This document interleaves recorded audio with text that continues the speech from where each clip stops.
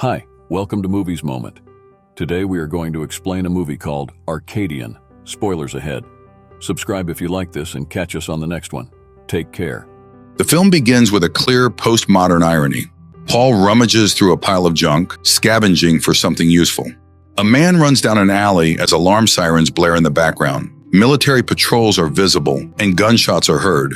Once in the countryside, Paul casts a final glance at the smoke-engulfed city and heads to a shelter where he has hidden two screaming infants. 15 years pass. Paul lives with his teenage sons and a dog in a remote area, cut off from the world by a deep crevice in the earth. One day, Thomas almost fails to return before dark from neighboring Rose's farm, which frightens his father. At home, the three of them meticulously close the windows with shutters from the inside, securing them with bolts for safety, and then they dine. At the table, Paul warns his son that if he is late again, he will no longer be allowed beyond the property's boundaries. Joseph provokes his brother with questions about their interest in the neighbors, leading to a minor argument. Their father authoritatively quells it. The remainder of the evening is spent playing chess. When the dog begins scratching the floor, Paul and Thomas go downstairs. Suddenly, someone tries to break through the boarded-up door, forcing them to barricade it. When the noise subsides, the man cautiously peers through a peephole, seeing no one. Joseph, who stayed upstairs, reports that the uninvited guest had tried to break the door down in 3 attempts. In the morning, they see huge claw marks on the door. As they pry off the damaged board to replace it, Paul discovers a pile of giant cockroaches. During the day, the family goes about their usual activities. Joseph is eager to indulge in his hobby in the shed, but his father first instructs him to chop wood. Later, Paul visits his son, who is working on a car. They discuss the incident, supposedly caused by environmental pollution. Some creatures had come to cleanse the planet of humanity. The father believes that enough people have survived to eventually reunite, and sooner or later they will be rescued from this farm. When Paul helps start the engine based on experience, they, taking Thomas with them, set off on a trip. Afterward, Thomas wants to run to Rose's farm, but his father first instructs him to gather supplies using the car, and the visit can wait until tomorrow. On the way, Thomas accuses Joseph of needing supervision. The brothers argue, agreeing eventually to split up and meet at sunset. Thomas heads to the farm, where he is supposedly to finish repairing a table. In reality, the reason for his visit is the farmer's daughter, Charlotte. The girl takes him to a tree where she used to play as a child, using a rope tether to extend the radius allowed by her parents. There, they discuss possible scenarios of the apocalypse, either a poisonous fog or an infection from an unknown virus transmitted by insect bites. They embrace goodbye. The sun is already nearing the horizon. Meanwhile, Joseph is on the riverbank, picking through a grounded, abandoned ship. Descending into the hold, he finds, besides supplies, a nest of large bugs, the same kind that swarm the door at night. Their presence forces the boy to retreat. On the shore, the car struggles to start, making the boy anxious and causing him to count on his fingers how much time remains until sunset. Joseph drives back, unaware that Thomas, attempting to jump over the crevice, slipped and hit his head on a rock, subsequently falling down. Not waiting for his brother, the driver returns home alone. Paul orders the house to be locked up alone and, grabbing a backpack with supplies, sets out to search for his wayward son, promising to return by morning. Armed with a knife, the man, along with his faithful dog, heads into the forest. Thomas regains consciousness at the bottom of the ravine. He tries to find an exit, illuminating the way with a piezoelectric lighter, but to no avail. Hearing the rustling of awakened creatures, Thomas pulls out a penknife, but it doesn't save him from a monster's attack, thrusting a paw through a hole in the ground. Help arrives in time as his father, hearing the commotion, attacks and kills the beast before descending to his son with a torch. Making sure that the offspring is not seriously injured, the man decides to stay in the cave until dawn, blocking the passage with stones to prevent creatures from getting through. At home, Joseph dozes off in a chair, not noticing that the viewing window had opened from the outside.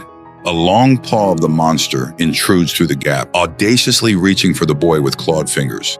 The sharp claws extend to indecent lengths. It manages to open the shutters from the inside to get into the house through the window, but this turns out to be a clever trap set by the crafty boy. He captures the uninvited guest in a homemade cage dropped from the ceiling. In the cave, Paul instructs his son to remove one of the stones from the debris to check if any monsters have collapsed. But barely sticking his hand with the torch through, he is attacked and drops the light source.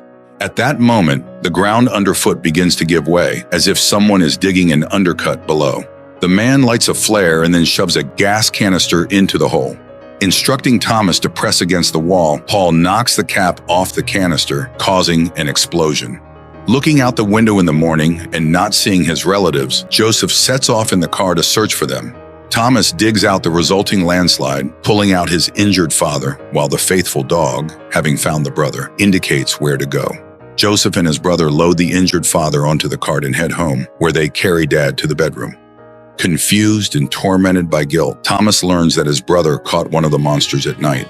Joseph covers the box with fabric and does not allow it to be removed so as not to harm the captive unnecessarily.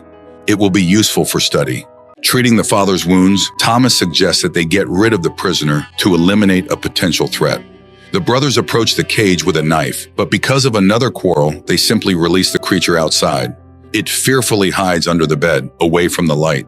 When the monster emerges, the dog that ran into the room attacks it, provoking a counterattack. Joseph presses the weakened creature to the floor with a mop, and Thomas, grabbing an axe, chops off its head. Practical Thomas wonders if the monster can be consumed as food. Joseph performs an autopsy to understand how the creature is structured. His brother distracts him from his work in the liver. He suggests transporting their father to Rose's company, where there are adults and medicines. Joseph doubts that strangers will want to help them, but Thomas insists. Loading their father into the truck bed, the brothers head to the neighbors. Charlotte's parents immediately turn them away. They don't have enough supplies to waste on strangers. Mrs. Rose allows Thomas to stay with them, but his brother and father must return to their own home. Disappointed, Joseph walks to the car. When Thomas runs after him, he accuses him of negligence, which is killing their father. The argument escalates into a fight. Thomas nearly strangles his brother, but comes to his senses in time. Coughing, Joseph leaves, while Thomas stays at his girlfriend's farm, where he is offered something to eat. However, the boy has to force himself to swallow. Afterwards, they retreat to a room assigned to him, but an unexpected visit from the girl's father spoils all the romance. On his way home, Joseph notices that the sheep in the pasture are behaving strangely, as if something has scared them. Additionally, near the house, a furrow in the ground leads to the basement entrance. After dragging the injured father into the house, the young man walks around the house, tapping the floor to check for hollows beneath. When it's time to close the windows and doors, Joseph suddenly falls into a pit in the middle of the kitchen, dug by cunning monsters. Charlotte finds Thomas rummaging through drawers. He is looking for medicine for his father, not wanting to stay as a guest and abandon his family. Although there is little time until sunset, he convinces his girlfriend to share the medications, which she reluctantly does, unaware that one of the workers is eavesdropping on their conversation. Having obtained the pills, Thomas runs home, but a watchman with a shotgun ambushes him on the road. The farm workers tie up Thomas, accusing him of theft. The man who caught him threatens with the shotgun, threatening to shoot his leg, but suddenly falls into the ground in a fresh pit. A monster jumps out of the hole following him.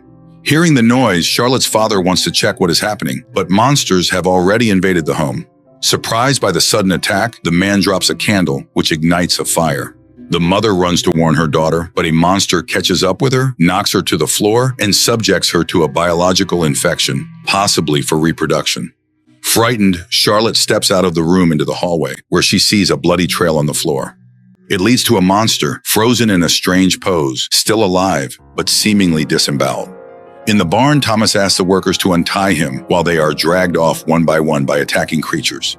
Abandoning the captive, the men run outside, but there rolls in a fresh batch of monsters. The youth manages to break a wooden bar to which he was tied, but a monster already snaps its hungry jaws in front of him. Suddenly, its head explodes into pieces. To the side appears Charlotte with a shotgun. Grabbing the medicine, the teenagers run out into the night, illuminated by flashes of fire from the burning house. Joseph carefully seals the hole in the floor with furniture and household items when he hears a knock on the door. Hammer in hand, he goes to check. Suddenly, the peephole opens, and outside, Thomas's hand gropes for the latch. The brother and his girlfriend climb into the house through the window, recounting what happened. The brothers awkwardly reconcile as Paul comes to. Joseph informs him of the events, asking what they should do now. Logically, the father advises them to fight back. Following his guidance, the teenagers, under Joseph's leadership, head to the barn. From there, they transport canisters of gasoline into the house and store them in the refrigerator.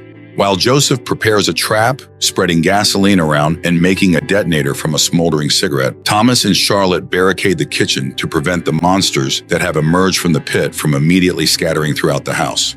Soon, the creatures begin their assault, shaking the debris over the hole in the floor. Thomas with a knife and Charlotte with a shotgun wait for the monsters near the kitchen door. When the first one climbs through the boarded-up door, the boy stabs it and the girl blows the head off the second one. Then they run upstairs where Joseph is putting the final touches on the trap. Paul, having recovered, comes out of the bedroom and, taking the shotgun from the girl, shoots to create a hole down to the first floor. Then the man stands in the doorway, silently strikes the guest with a bat. When one critter breaks through, the brothers beat it down with makeshift materials. Dad almost sheds a proud tear. The teenagers head to the bedroom, where a shelter has been made out of the refrigerator.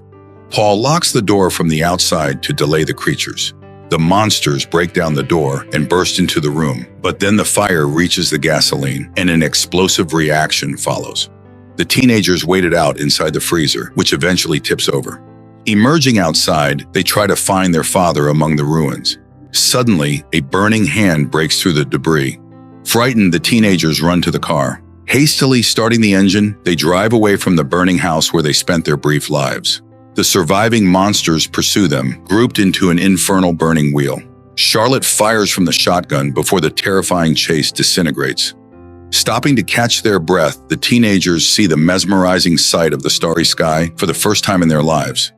In the morning, gathering the remains, they bury their parents under Charlotte's tree. Then, deciding what to do next, the teenagers get into the car and set off in search of other survivors like them. Behind the car stretches Charlotte's old rope tether, which snaps from tension, a symbolic umbilical cord. Now they are on their own. The car drives off into the distance along with the joyful dog running alongside.